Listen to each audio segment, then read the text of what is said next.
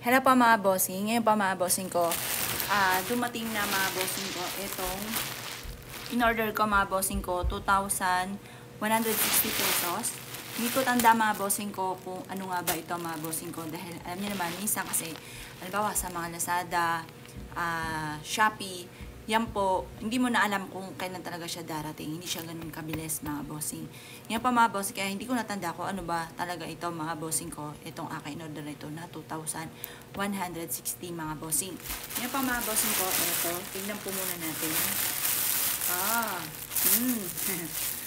Yeah, sa akin pala to, t-shirt mga bossing. Ay, mukhang maganda.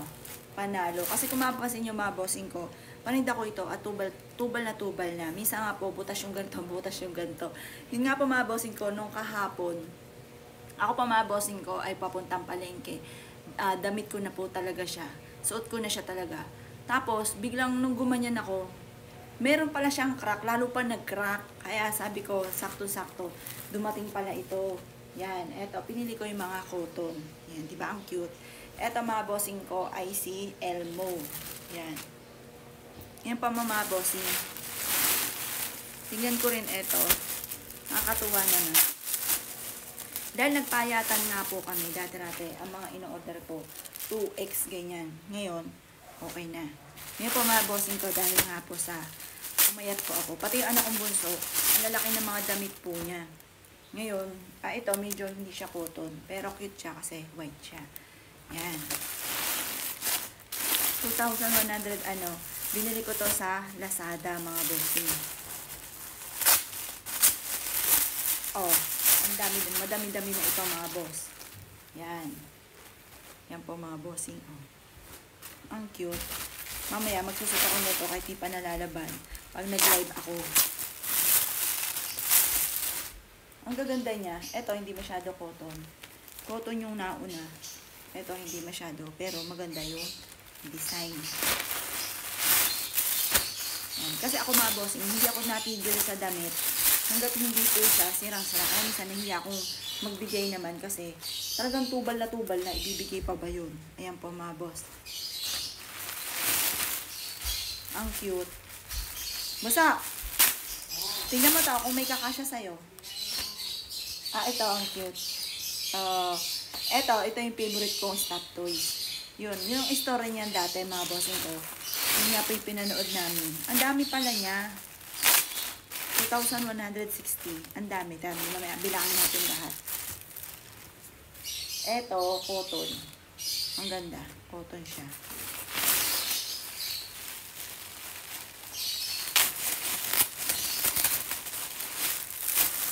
Yan. Tapos, ito. Yan, mga simple lang ito mga bossing ko, pero masaya na ako dito mga bossing ko sa mga simple ito kasi dati-dati talagang akala nga po nila kasi kung ano yung damit ko ng kasi pagkakamali ko din mga bossing ko, ano yung damit ko kaganito, kung anong tubal na po siya ngayon, sobrang faded na, halatang luman-luma na. Ngayon pa mga bossing ko, minsan pagka may bibiling kami, hindi na ako nagpapalit ng damit. Yun, napagkamalan ako mga bossing ko, nagpunta kami sa SM. Saktong-sakto, ang bibili namin dati, yung pang formal. At medyo may pagkamahal doon sa napasukan naming shop mga bossing. At first time din namin nakapasok sa ganun shop mga bossing ko na ang mahal pala. Ngayon, gusto namin siya sukatin. Pero hindi namin tinatanong kung magkano presyo kasi may dala naman akong pera. Ngayon po, ang sagot kaagad ng tindera, mahal po yan. Yun kaagad ang sagot. Tapos sabi ko, maganda kasi miss, susukatin namin. Bibiling ko, wag ka mag-alala. Yung ganun mga bossing. Kasi iniisip siguro, susukatin namin. Baka magdumi kasi nakita nga naman. Naka-ano lang ako mga bossing ko, naka-short. Tapos syempre marami pang peklat. Tapos ganito yung mga damitan ko, yung ganyan mga bossing. Iniisip ko lang pambili mga bossing. Or kaya minsan po mga bossing ko, iniisip din na kaya bumibili-bili ako mga bossing ko. Kahit mga mumurahin lamang po mga bossing ko. Halika dito. Yan. Nandun sa taas. Ngayon pa mga bossing, kaya bumibili-bili ako. Kahit yung mga ganito, mumurahin lang naman din po ito mga boss. Kita niyo po, ang dami-daming t-shirt. 2,160. Nasa ilan na ito? Nasa 20. Mumurahin lang po siya. Ngayon pa mga bossing ko, kahit yung mga simpleng ganito, bumibili-bili na ako. Kasi pag halimbawa natapunta kami sa mall, ito na yung mga damit ko, damitan ko mga bossing. Ang sasabihin ka agad, ay meron po kami sa tanong ko, may maganda pa kayo dito kasi doon kami nagtatanong sa mga sales, sasabihin ng babae. Sabihin po sa amin, ay ano po, meron ang mga inirekomenda po yung mga super sale mga bossing, yung mga sobrang mumurahin na hindi ganun kagandahan mga bossing ko, yun ang irerekomenda. Kaya tatanungin ko, saan po ba yung maganda talaga, yung hindi po sale? Sasagot sa akin, mahal po yun agad ang banat sa akin. Kaya sabi ko nga po sa sarili ko, mag-ano-ano ko mga bossing ko ng medyo, pero mura lang po ito. Mura lang siya, pero ang dami niya. Yan mga boss. Alam mo, ang dami, oh. Ang dami. Hindi. In-order ko ito kasi mga tubal na tubal na yung mga sinusuot ko. Sa Lazada, merong mga 89 pesos, ganyan. Gaganda lang, Oo. Ito maganda. May maganda, may pangit. Yan. ito, makapal naman, ang ganda. Ito mo to, 2,000 ano. Ayan na, binayan ako. Pero napakadami. Pag ginasyo Ayan o, 2,160. Yung piraso. Ba? Ang dalawa. Ha? Oo. 1, 2, 3, 4, 5, 6, 7, 8, 9, Yung paano malabas? 100 lang sa ano? 12, 13, 14. Oh. 100 plus, no? Oh, 'di ba? Oh, totalin mo 'yun. 'Di ba? 'Yun. Siya. Ay tapos anuhan mo, Mia. Anuhan mo nga, turuan mo rin si Ron kung sakali man, pero tinext ko na si Lolo. Tinext ko. Ano? Sabi ko sa kanya, naalala ko nga pala, ba't kailangan niya ng sakyan? Wala naman siyang trabaho. May motor naman siya. Oh. Kasi dati-rati kami, naggagawa kami ng mga pulburon. Di ba lagi hiniram ko pa nga sa sakyan mo noon? Natanda mo yon? Yun. Oh. Kaya minessage ko. Oh, kaya sabi ko, ayun nga. Ay di, kung sakaling mamilit pa rin, turuan mo si Baron Ron, pero siya na lang yung magdi-deliver. Pansamantala ba, hindi pa nababalik yung sasakyan. Oh. Yan. Pero ang plano ko, pagka natapos yung isa, yun, i-dispatch ako yun. Tapos, pero cash na, susunod, nag-iipunan ko. Yung mumurahin lang, kasi di ba may sira yun? Sabi ko kay Lola, paano pag nalintikan nyo? Ay di ako rin ang nalintikan.